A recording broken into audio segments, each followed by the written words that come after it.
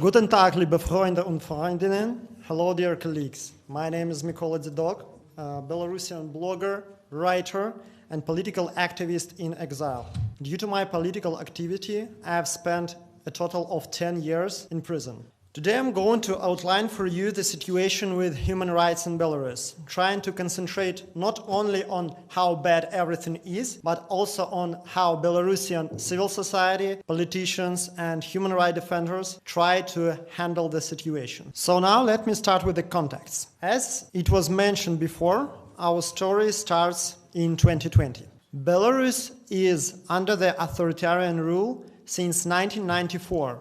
During Lukashenko's rule, it experienced several protest waves, but the biggest and the most influential one was the protest wave of 2020, when after the fraudulent elections and acts of police brutality, the broad masses rose up against the regime, demanding new elections and punishment of those responsible in tortures and killings.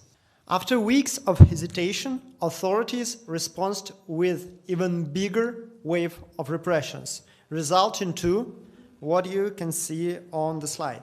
At least 12 people killed on the streets, thousands of tortured, and since 2020, human rights defenders know about at least 8,000 criminal charges against so-called extremists. At least something between 300,000 and 500,000 Belarusians left the country out of fear of being imprisoned.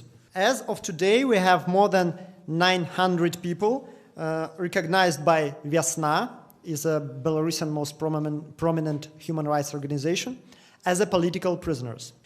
Even though some people are still imprisoned for participation in 2020 protests, including fighting security officers or guerrilla activity, today, after the major protest wave was curtailed, the overwhelming majority of political prisoners are serving their terms for sharing and producing extremist content on social media or for donating to civil structures, all of which are officially declared extremist organizations.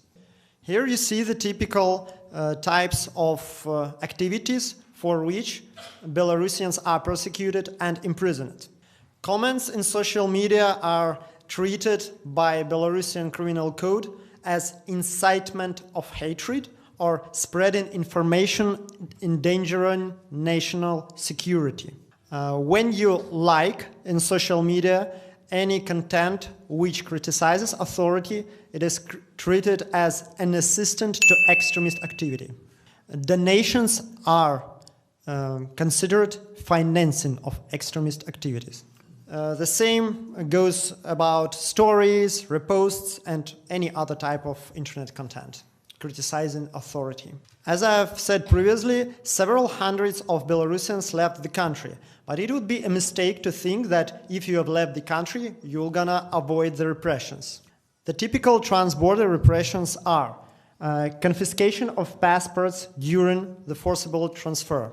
I was released at September 11th of 2025, thanks to so-called Trump-Lukashenko track, and my passport, which was in my official personal profile in prison, was never given back to Lithuanian side during my forcible release, forcible transfer through the Lithuanian border. And later on, me and other political prisoners, we get to know that our passports were officially annulled in ministry informational database. So generally, even though I have Lithuanian ID card and foreigner passport now, I'm a citizen of nowhere. Regime continues trials in absentia, and we still know lots of cases when the relatives of politically active people in exile who still stay in Belarus, their relatives can be harassed, fired from their job, or even imprisoned. Especially often it happens with volunteer fighters of Kalinowski regiment, who are the volunteers who fight for Ukraine. As I mentioned previously, for persecuting the critics of the regime, Belarusian authorities use legal pretext, a legal framework built around the concept of extremism. Since 2020, many new laws has been adopted and many legal practices invented to systematically eradicate free thinking, self-organization, and freedom of speech using this concept. And what is also important, introducing every new law, Belarusian authorities, repressive law, Belarusian authorities attend it with a certain propagandist supplement, claiming that in all European countries they do the same, and hence we do not do something very special. We just protect our country from extremists. More precisely, these legal tools are the legal list maintained by authorities, which includes more than 4,800 persons, list of people who are officially declared extremists. Those included are officially banned from several types of jobs, including public administration, teaching, and have certain limitations regarding financial operations. The Republican list of extremist materials. Belarusian authorities are desperate in their want to list all type of possible extremist content in a single list. So today, this official list of extremist materials, which is open, it is published, includes more than 9,000 positions, including chats, of course, social media pages. Every Belarusian activist in exile has a social media page, including mine, of course, in all social media like Threads, Facebook, YouTube, which are included in such a list. But also books, songs, some separate phrases, like Ukrainian political chants, compact discs, t-shirts, plates, and even brooches. Punishment for storing or spreading extremist content varies from fines to 6 years of imprisonment, depending on the type of context, but especially on the behavior of the convict. They look if he is willing to sign a letter of pardon and to compensate the alleged harm to Belarusian state. The regime consequently persecutes people who promote in any manner Belarusian national symbols such as coat of arms Pagonia and white, red, white flag. Even though since 2022 Ukrainian symbols are also under let's say, clandestine ban. Even though Belarusian symbols and Ukrainian symbols are not officially banned, everyone promoting them in any way is in trouble. And of course, and it's my favorite, is everyday demonization, stigmatization, and intimidation through state media. They are trying really to do very consequently and very intensively this intimidation, using verbal abuse, using personal threats, and even spreading personal information of dissidents in state media. But it would be a mistake to think that they use only legal tools. Of course, they are using illegal tools also, such as the vast usage of torture to film Kadyrov-style pardoning videos. Among all the repressive cases, it is important to mention the Belaruski Hayun case. Now the Hayun is a Belarusian forest spirit, a guardian of forest. But also it is a monitoring project started in January 2022, just before the full-scale invasion. Using a Telegram chatbot, massive amounts of data regarding the Russian military on the territory of Belarus were gathered from the common people, being a useful supplement for Ukrainian intelligence and civilians. Due to the human mistake, a personal info of those who have sent this information to this chatbot was leaked to security services, which resulted to at least 183 detained by today. The number of these people continues to increase. From the Gulag times, Belarus has a profound experience of eradicating political adversaries inside the penal system. Among these methods are yellow patches. They are attached here to every political prisoner to mark him as extremist. Stricter prison regime. I mean, in Belarus, political prisoners have much more regime limitations and abridgments than rapists, murderers, robbers. And once again, it is a Gulag heritage which encourages Parisian administration to ally with the criminals in suppressing the enemies of the state.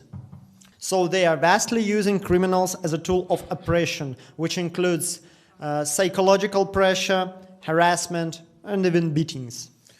As a result of such a policy, at least 9 died in custody since 2020. Also, Belarusian regime has such a unique oppression tool, which is called Article 411 of a Belarusian criminal code.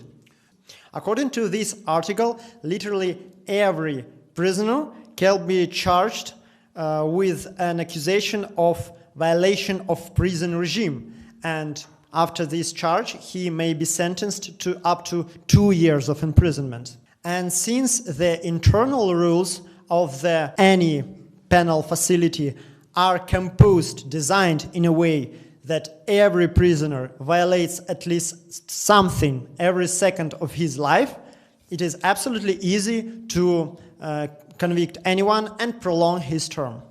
Now let us speak about what human rights defenders do about it all. First of all, it's monitoring to evaluate the actual scale and tactics of the repressive regime. Documenting for the sake of the justice we are all absolutely certain of. The very important step. In March 2026, International Criminal Court initiated a charge against Lukashenko for crimes against humanity, which is also a result of a thorough work of Belarusian human rights defenders and politicians in exile. And of course, publishing, which is a threat to regime on its own, because for the external auditorium, regime tries to create a picture of everything is okay, we're not doing anything special.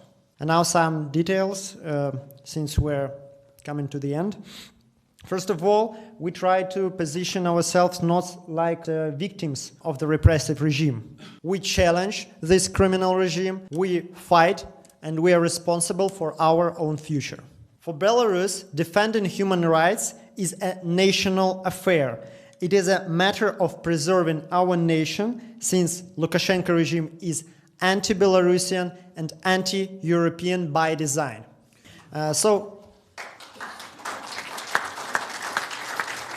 Danke. So we have a specific situation, since in many countries, including, I think, Deutschland, human rights and politics are pretty divided. They're not so closely tied. But in Belarus, human rights and political struggle go hand to hand, since Belarusian regime openly declares its opposition to a mere concept of human rights. During the last years, they claim more and more often that we have our own authentically Slavic conception of human rights, and we follow it instead of the violently imposed Western ones. Thus, civil society and the democratic movements are both taking part in a war of values, a war of moral narratives. And the trenches of this war very closely align with those of the current confrontation between the free world and the obscurantist international. Thus, this activity is political in itself, but at the same time, it is broader than politics. It is about civilizational choice. So, why should Europe matter about human rights in Belarus? Because free Belarus equals free Europe. Human rights mean a democratic government and a more predictable rule and a less aggressive society. Thus, we believe that helping Belarus become free is a common European cause. And that's what we are fighting for. Thank you for your attention.